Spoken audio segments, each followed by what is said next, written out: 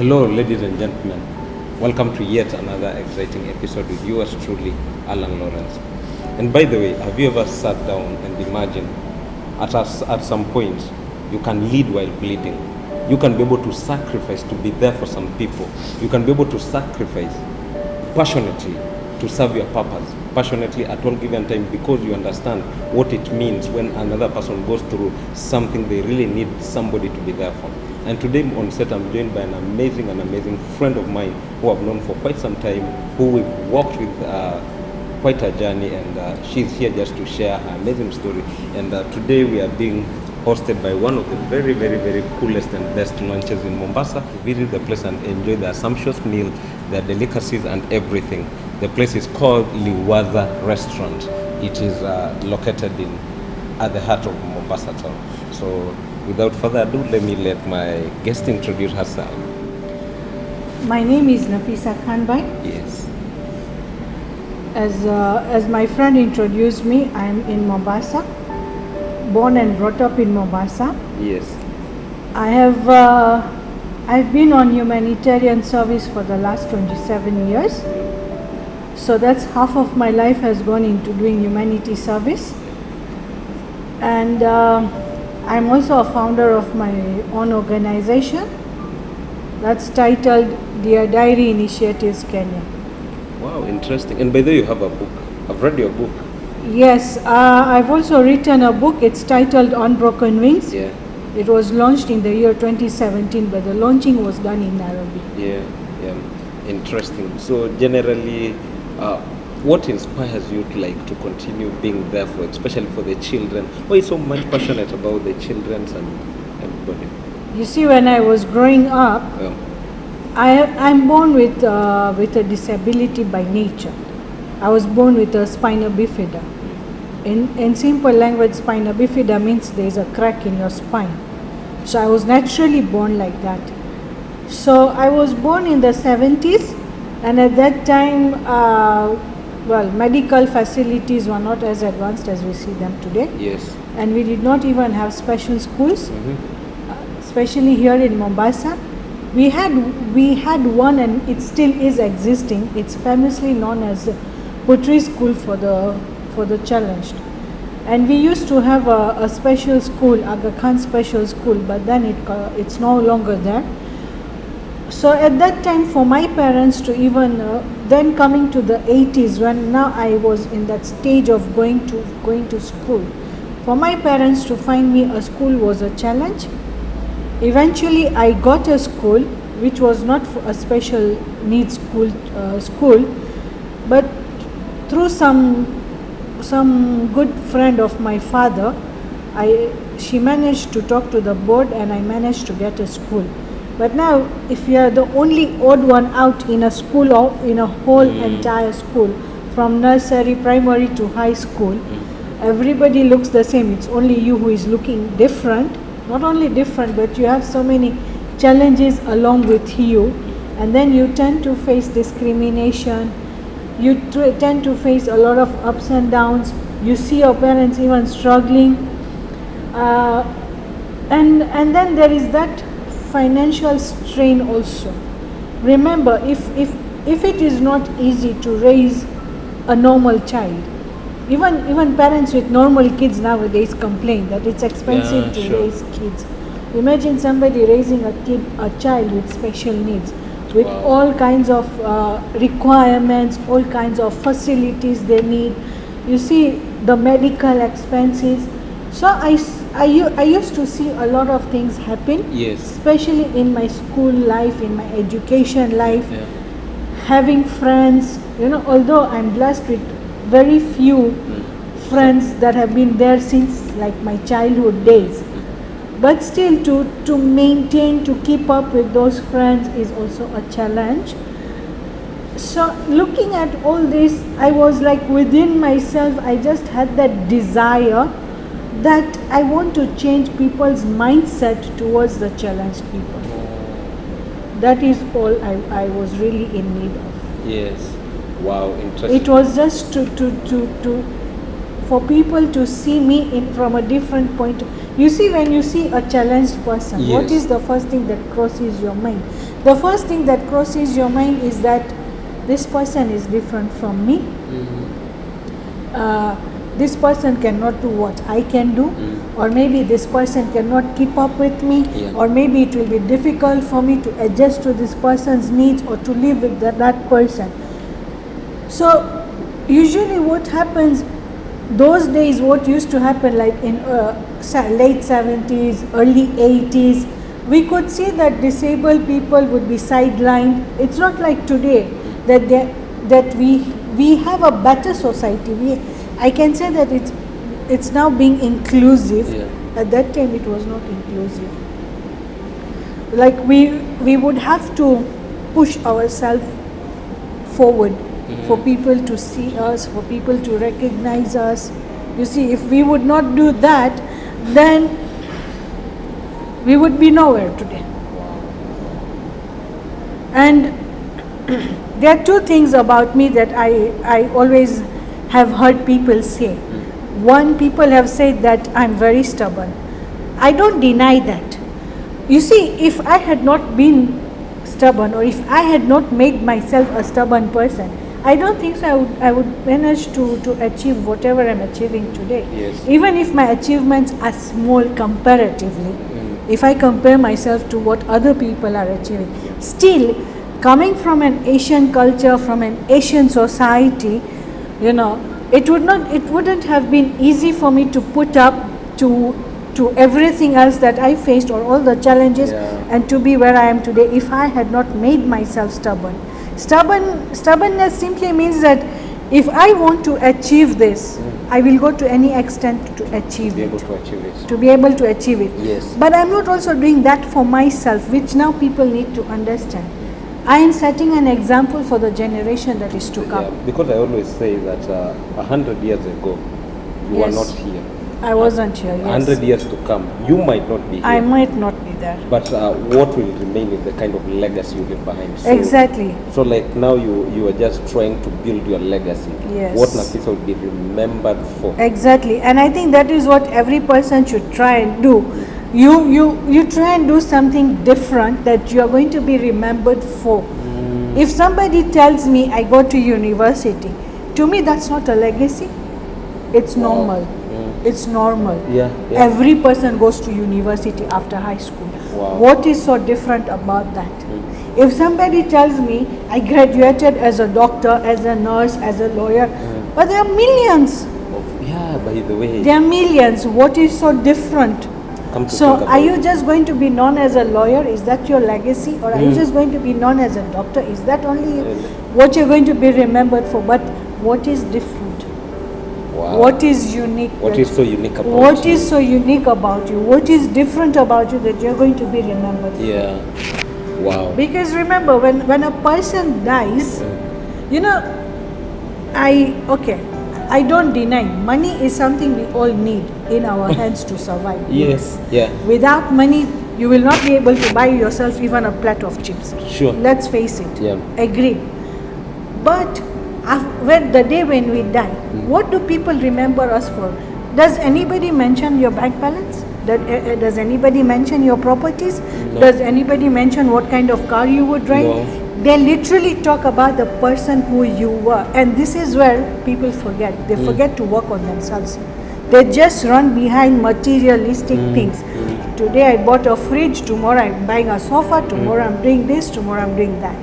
Okay, fair enough. What have you done to your own self? What have you invested in yourself? Yeah. Wow. In your heart, in your soul? What are people going to remember you for after you're gone? Wow. And this is where people, I think, We get wrong sometimes.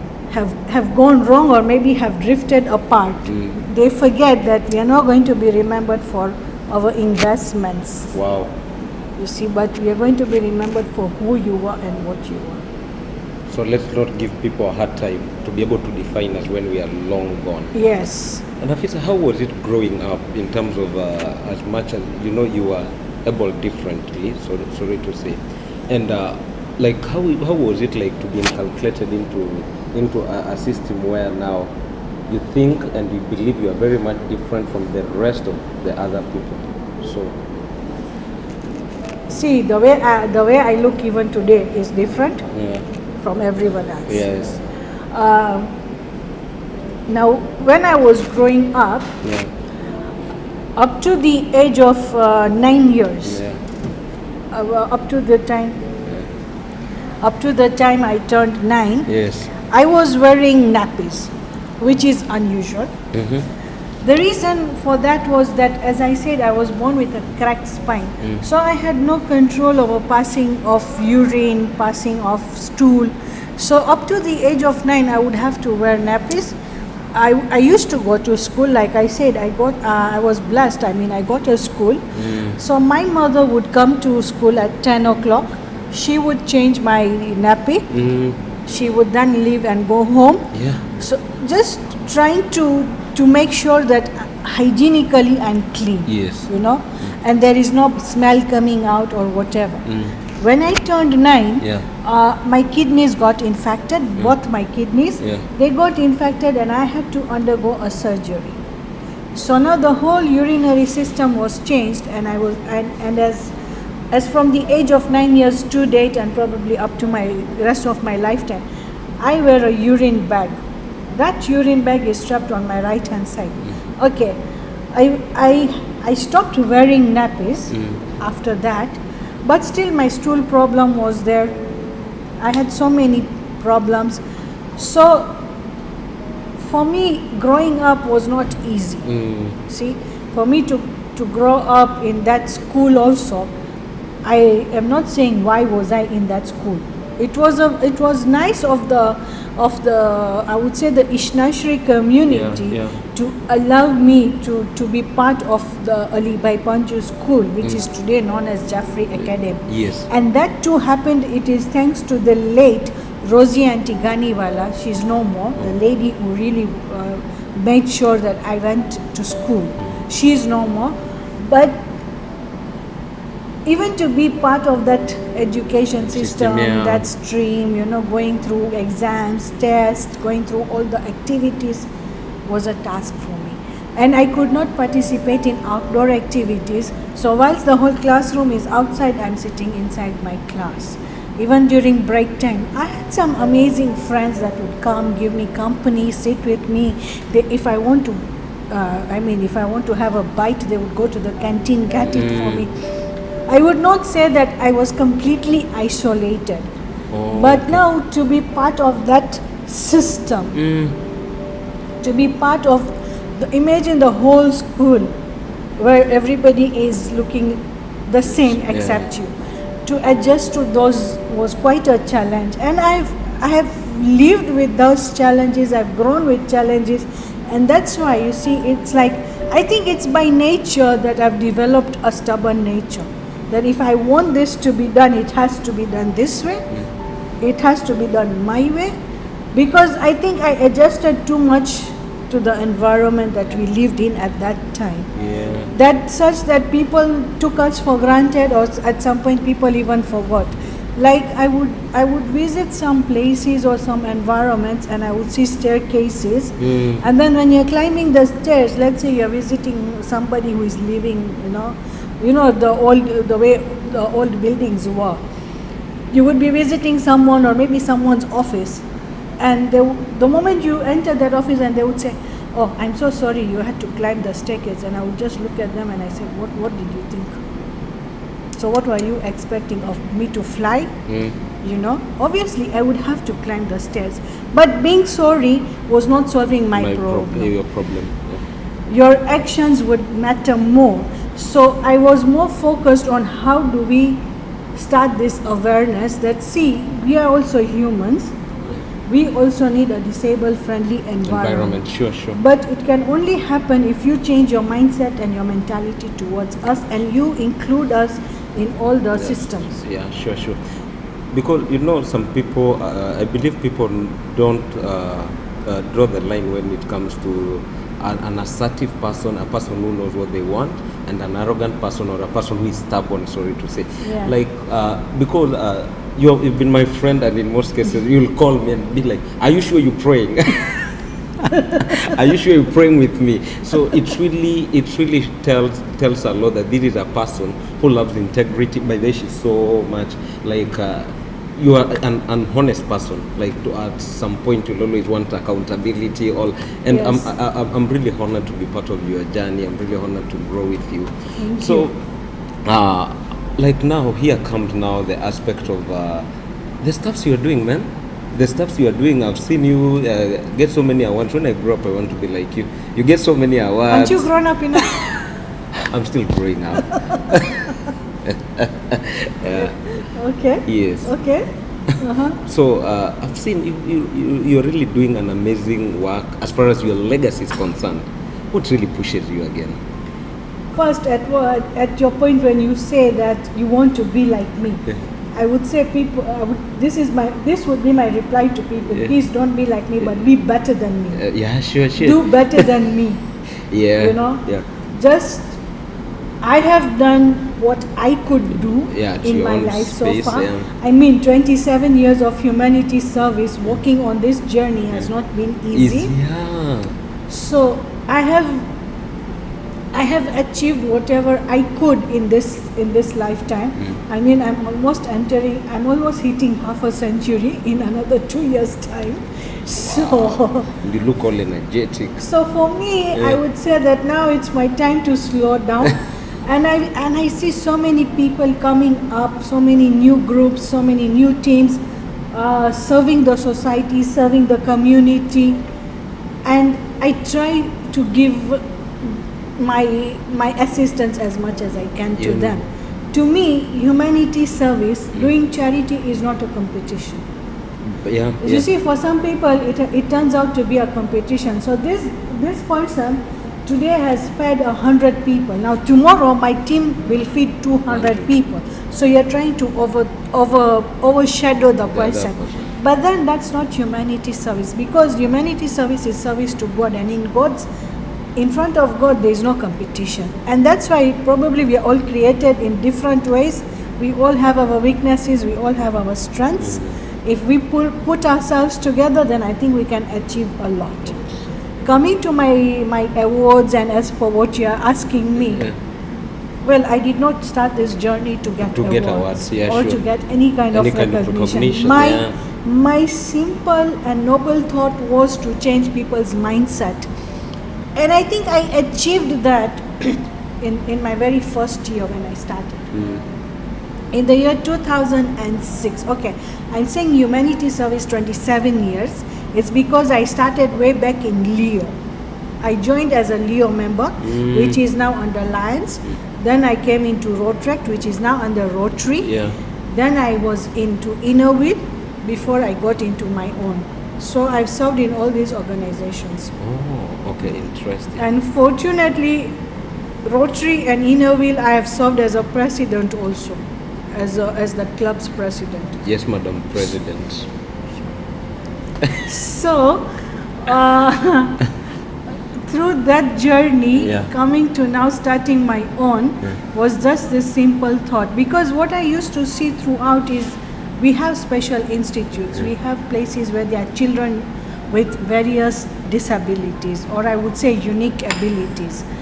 But people would just go there, donate food, collect food stuff, go donate, collect clothes, go donate. But how are you helping them? Long-term solution. What is the long-term solution? They will become dependent on you. So they will wait for you to go and give them food. They will wait for you to go and give them clothes. They will wait for you to go and assist them with education, medical. It will be an endless journey. What is a solution is to now empower them. Yeah. Wow. What can they do for themselves? Absolutely. How are they going to sustain and survive themselves? Because you can't. You see, for us, those who are on the ground doing humanity service, we are also looking for sponsors. We are also looking for donors. It comes to a point when donors and sponsors will also say enough is enough. But those who are asking you will never get tired of asking. Because now you have made it a habit for them. For them, yeah. You are the cause of that habit, for them to keep asking you. You see, problems, everybody has problems. Yeah. But now, how do we come to a permanent solution for that? So I used to observe all this, and I said, no, this is not enough. People say that disability is not inability. Yeah. Do you believe in it? Or are you just saying it for the sake of saying it? Yeah. So this was my main aim, that I want to create an awareness. I want to start doing something whereby you're not only going to say it, but you're even going to believe in it. Yeah. And if you're saying it, that disability is not inability, and if you're not going to believe in it, then don't even say it. Yeah, sure. Don't even say it. Wow. You see, if you're saying it, then believe in it. So my simple aim was that I wrote a story that was now turned into a drama, and the first 3 shows were really taken positively. Before even we opened the curtains, my tickets was sold 100%. It's like the auditorium was full, and you see, what matters is the reviews you get, the comments you get after. Wow. So for me, I already got a standing ovation, so that was a plus point for me. Wow. There were some people who even came on stage and gave me a hug and had tears in their eyes. I took that as a plus point. Plus my phone did not stop ringing. I still remember those 4 days, the 3 days of the show and 1 day now the winding up. Yes. My phone continuously rang, and this is what I heard from people, that this show was an eye-opener. We learned a lot and we realized a lot. For me, I was like, I've hit it. Wow, interesting. I've just done it. I did what I wanted to do. But then now when you start a journey, there is no end to it. It's like you just have to keep keep. Just briefly, how, like I saw you, like you were nominated for some international awards. How was the feeling and how did you get there? I know that feeling cannot be described into words when you are being awarded an international award. But it was unexpected. It was unexpected. And interesting. Oh, that's nice. So aside from that now, here you are. Do you sometimes get angry? I am a very short-tempered person. Really? Very short-tempered. I can blow off very easily. But you know, Nafisa, you are a mother to children. And what really annoys me is when someone underestimates me or underrates me. Oh, okay. You see that when I'm trying to do something and then somebody comes and says, no, this will be done this way, or this let this one do it, or let this one do it, and then they start giving their suggestion. I mean, not their suggestions, but they are literally trying to overpower what you are already on it. And you have to tell them that, can't you see I'm on it? You know, sometimes I feel that why do you underestimate or underrate someone so much to an extent that we tend to ask ourselves that don't we have a brain to think? Do you really think that we are physically plus mentally gone case also? You know, please give us a chance. Hold yourself. If I don't understand something, if I feel that I'm not achieving something or I'm failing somewhere, I'll consult you. But if I'm not consulting, you kindly give me a chance. Interesting. That's where my temper goes off. And I am a clean freak. I like environments to be clean. So if I see somewhere that's not clean enough, my temper goes off. Wow. Hey, interesting. Now let me put you on the spot for my viewers. I know there is a topic you normally try to avoid. So Nafisa, are you dating or do you have somebody in your life? No. I think I've passed those stages of dating. If I were to get a man right now, it would directly, either you put a ring on my finger or you forget about it. Or you forget about it. If you don't get it, I don't have the patience to date you. Those times of datings have gone way long. But I've been telling you, like I said, I'm almost hitting half a century, and I'm really asking myself, am I really hitting almost half a century? 2 more years to go. And honestly, somebody who is entering 50s, you ask that person, are you into dating? Surely. I know the reason that's why I'm asking, but it is. So how was your dating scene? Maybe if you Did I really have a dating scene? you've never dated, you can't be serious. Like I said, Yes. our culture, our society, especially when it comes to, sorry to say, I'm not trying to be like, putting anybody on the spot. Yeah. But I think Asian mentality is different. They will praise you for anything and everything. But go tell a man you like him and you see that man walk out of that door nicely. And he won't even look at you again. That's Asian mentality. That same man will come and praise you for all the good things that you're doing, exactly the way you are doing right now. But maybe you develop a soft spot or a soft corner for that man, you will literally see that man walk out of your life. What? And you'll never see that man again. So that's our Asian culture. Huh? But Nafisa, you've been. Why are you so shocked? I'm telling you facts. Wow. It's so interesting. Like you've been in this country for the longest. Hata hakuna kamkenya kamoja amejaribu. You see, when you are walking on the path of humanity, you're so busy. Yes. Like, in our country, problems are endless. Yes. You can wake up with somebody on your neck and you can go to bed with somebody on your neck. Honestly, with those kind of challenges, do you even think you have got that dream of dating somebody? I'll tell you, there was a time I received a phone call. Yes. 11 o'clock at night. A desperate mother calling me. Mtoto yangu amefukuzwa shule natafuta fees. I'm like 11 o'clock at night. So I don't switch off my phones because of the nature of work I do. Yeah. You see, sometimes we even attend to sick people. We attend to people who are in the hospitals, like somebody maybe has just gone into the hospital, they don't have money. Like in our hospitals, Kenya hospitals, nobody is even going to touch you if you're not going to deposit something. So sometimes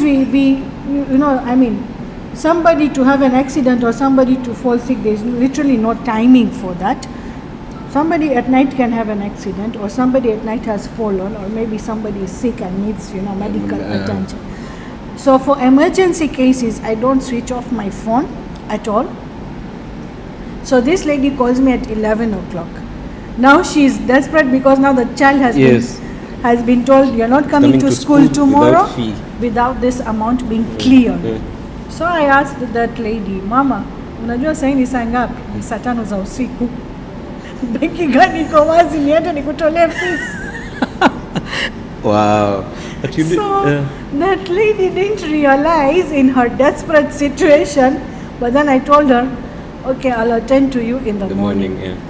Now when it is 11 o'clock at night and you have had that kind of conversation, someone's child has been told not to come to school the next day. And honestly speaking, the way today the world is, without education, you're nothing. Yeah. And by the way, you're big as far as education is concerned, because I've seen your work, the way you push children, the way and kudos for that. May God keep blessing. You see, without education, if you're not educated, you will not survive in today's world. Yes. It's not like our parents, our grandparents survived, even without or even minimum education. They survived. Yeah. But me and you today, without education, we will look like dumbbells. Yeah, sure. Nothing. Yeah. So education is so important. It is very important to educate. So I was like, oh my goodness, now this child and the education, and then imagine somebody is in high school, almost finishing, and now, so the future is now dependent on that particular result, and that child has been told you're not coming to school. So I said, okay, now I didn't sleep the whole night. I was like, tomorrow I must attend to this mother. Surely 11 o'clock somebody is looking for you. This is a serious matter. Interesting. Wow. So in the morning, I woke up. I called my driver. I told him, please come. And you have That child was going into was in a school in some Kisauni area. We went. We inquired about the fee structure and everything. We even requested the head teacher to take in the child with the guarantee that before the day ends, I will have gone and sorted the fees out. wow. And I have particular donors who support me in education. So just one or two phone calls, and by the grace of God, it got sorted. So, these are the kind of challenges Wow. and ups and Keep we at face. it. Let nobody stop you. I know you are your own inspiration. But we even do get criticisms. I know. And Nafisa, You see, anything you do. This is what I tell people. This is what I've learned, and this is what I tell people now. Anything you do, whether it's good or bad, be ready for negativity. Be ready for positivity. Exactly. Because if whatever you are doing and there is nobody criticizing you, just you know will you're- never grow. And just know that you are doing You're not bad doing thing. anything, and you will never Just stop grow. that, because destiny has to be opposed. As we get to the tail end, we just want to have an up close with you. So are you a phone person or a book person? Like, I'm in between.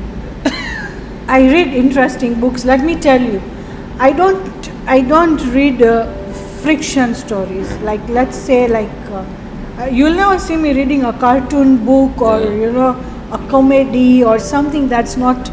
To me, I like to read real stories. okay. Like, I have started reading Boots Don't Lie. It's a book written Wow. by Mariam Pata. Mariam Pata, I've known her through the Triple M series that she used to have, and before that. So I know that's a real story. That's her life journey, and it's a real story. So likewise, I like to read reality stories. Wow. I don't like to read Wow. just anything. Interesting. But when I was in school, I used to read Nancy Drew, the mystery solving, and I read almost all her books, all her series. I don't know what was so good about it, but Wow. I never missed So what- reading even a single. So are you a night person or a morning person? Like, what's your best working time? I think I work better. You see, I've never thought about it, to be honest, because sometimes I can be working 24 hours. Yeah. Wow. But my mind thinks better at night. Oh, at night. So you're basically a night person. Wow.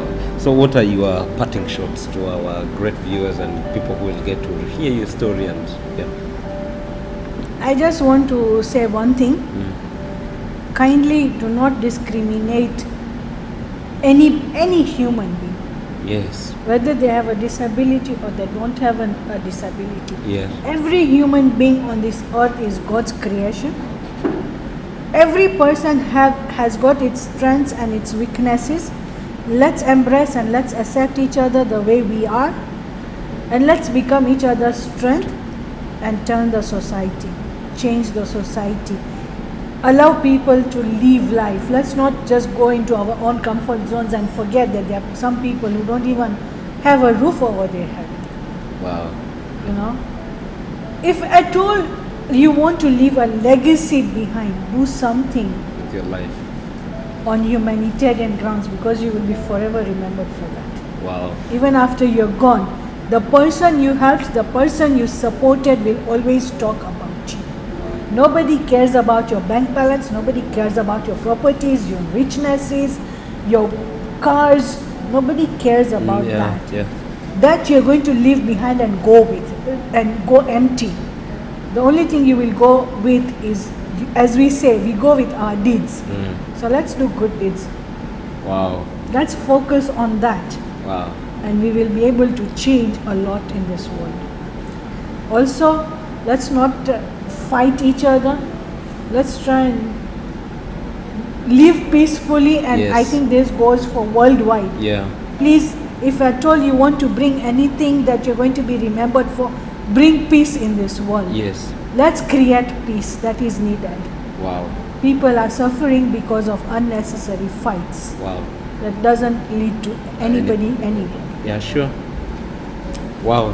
As we've heard from Nafisa, the question begs, after all is said and done, which kind of legacy are you leaving behind? Because after all, what will be remembered for are your good deeds. So let us take good care of our legacies, because it's only true legends who by all means will strive to invest into their legacy. I've been yours truly, Alan Lawrence. Let's meet on to the next episode. Bye. Ciao.